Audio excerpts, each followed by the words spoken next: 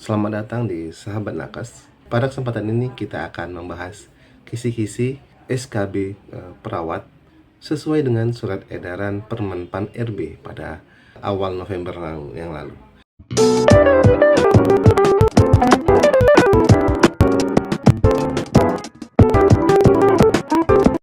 Baiklah, kita langsung saja ke pembahasannya. Let's go.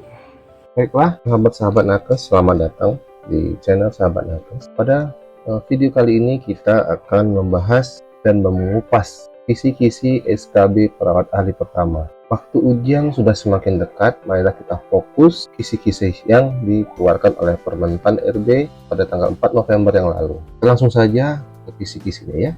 Baiklah, untuk perawat ahli pertama di poin 375 itu ada 7 kemampuan umum, 7 poin dan 5 poin untuk kemampuan khusus. Kemampuan umum itu ada apa aja? Ada praktik keperawatan berdasarkan etik, kemudian ada praktik keperawatan berdasarkan legal, praktik keperawatan berdasarkan peka budaya, ada area praktik keperawatan profesional, kemudian ada area kepemimpinan dan manajemen, ada area pendidikan dan penelitian, area pengembangan kualitas personal dan profesional.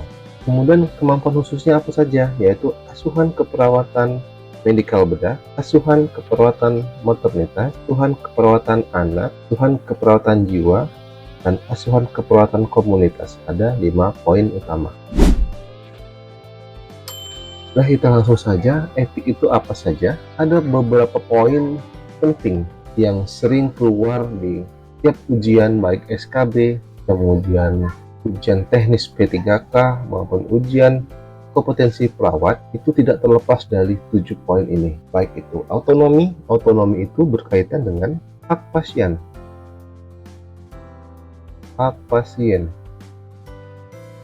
Kemudian di sini ada justice, ini berhubungan dengan keadilan. Kemudian di sini ada beneficent, ini kebaikan. Dan di sini ada poin keempat, ada non-maleficent, tidak merugikan.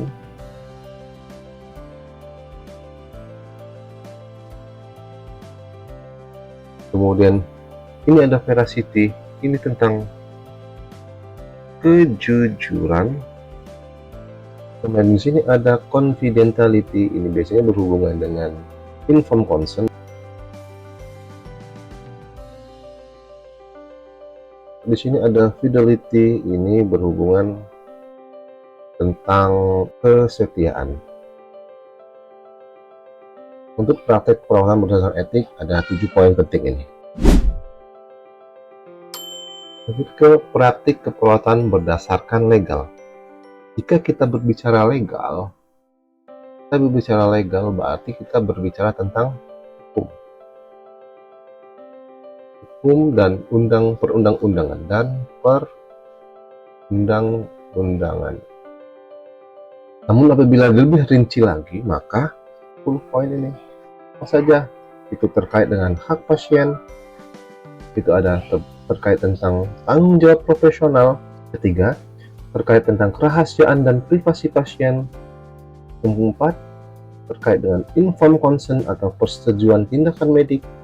Kemudian ada tanggung gugat, ada prinsip non-maleficent dalam hukum, kemudian ada regulasi dan standar praktik perawatan. Ini berhubungan dengan legalitas untuk praktik perawat, ada STR, serta surat izin praktik perawat atau SIPP.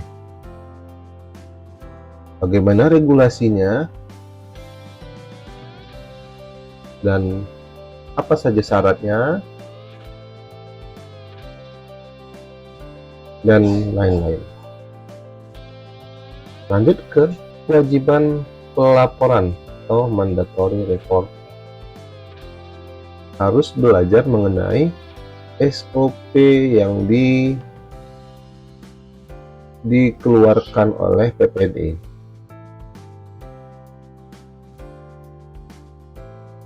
Nah, SOP seluruh tindakan seperti pemasangan infus, pemasangan darah, kemudian ada apabila ada alergi darah, SOP-nya seperti apa, dan lain-lain. Itu kita harus hafal poin per poinnya, tidak boleh ada kesalahan dalam urutan. Jadi kalau misalnya urutan salah, pasti jawabannya pasti akan salah. Sehingga sahabat-sahabat harus menghafal SOP dengan baik. Ke selanjutnya yaitu praktik keperawatan berdasarkan puka budaya. Poin ke-3 berhubungan dengan puka budaya.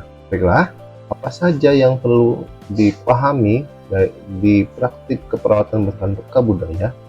Memahami keberagaman budaya pasien, kemudian membangun komunikasi yang efektif, yaitu menghormati kepercayaan dan praktik kesehatan secara tradisional, menghargai referensi dalam perawatan, kemudian melakukan penilaian budaya, kemudian menggunakan model atau kerangka kerja keperawatan yang berbasis budaya, kemudian menghormati praktik dan ritual keagamaan, kemudian mengurangi stigma dan stereotip, kemudian yang terakhir adalah kita harus membangun kepercayaan melalui sikap empati dan penerimaan edukasi dan peningkatan kepekaan budaya dalam tim keperawatan. Nah, poin keempat yaitu area praktik keperawatan profesional. Untuk area praktik keperawatan profesional ini, area praktik keperawatan profesional itu akan mencakup perawatan medikal bedah, keperawatan anak, keperawatan gawat darurat, keperawatan jiwa, komunitas, onkologi, maternitas, gerontik atau ini usia lanjut. Kemudian di sini ada paliatif tentang pasien-pasien yang sudah tahap akhir.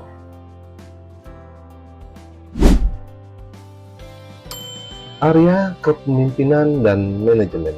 Apa saja dapat kita terapkan dalam konsep kepemimpinan dan manajemen adalah pertama, kita harus memahami konsep dasar kepemimpinan dalam keperawatan. Di sini ada manajemen sumber daya manusia dalam keperawatan. Ada perencanaan dan pengorganisasian pelayanan keperawatan. Kemudian pengambilan keputusan dan pemecahan masalah. Kemudian ada manajemen konflik dan negosiasi. Ada manajemen risiko dan keselamatan pasien. Ini berhubungan dengan SKP, sasaran keselamatan pasien. Itu ada 6 poin. Kemudian ada peningkatan mutu dan jaminan kualitas.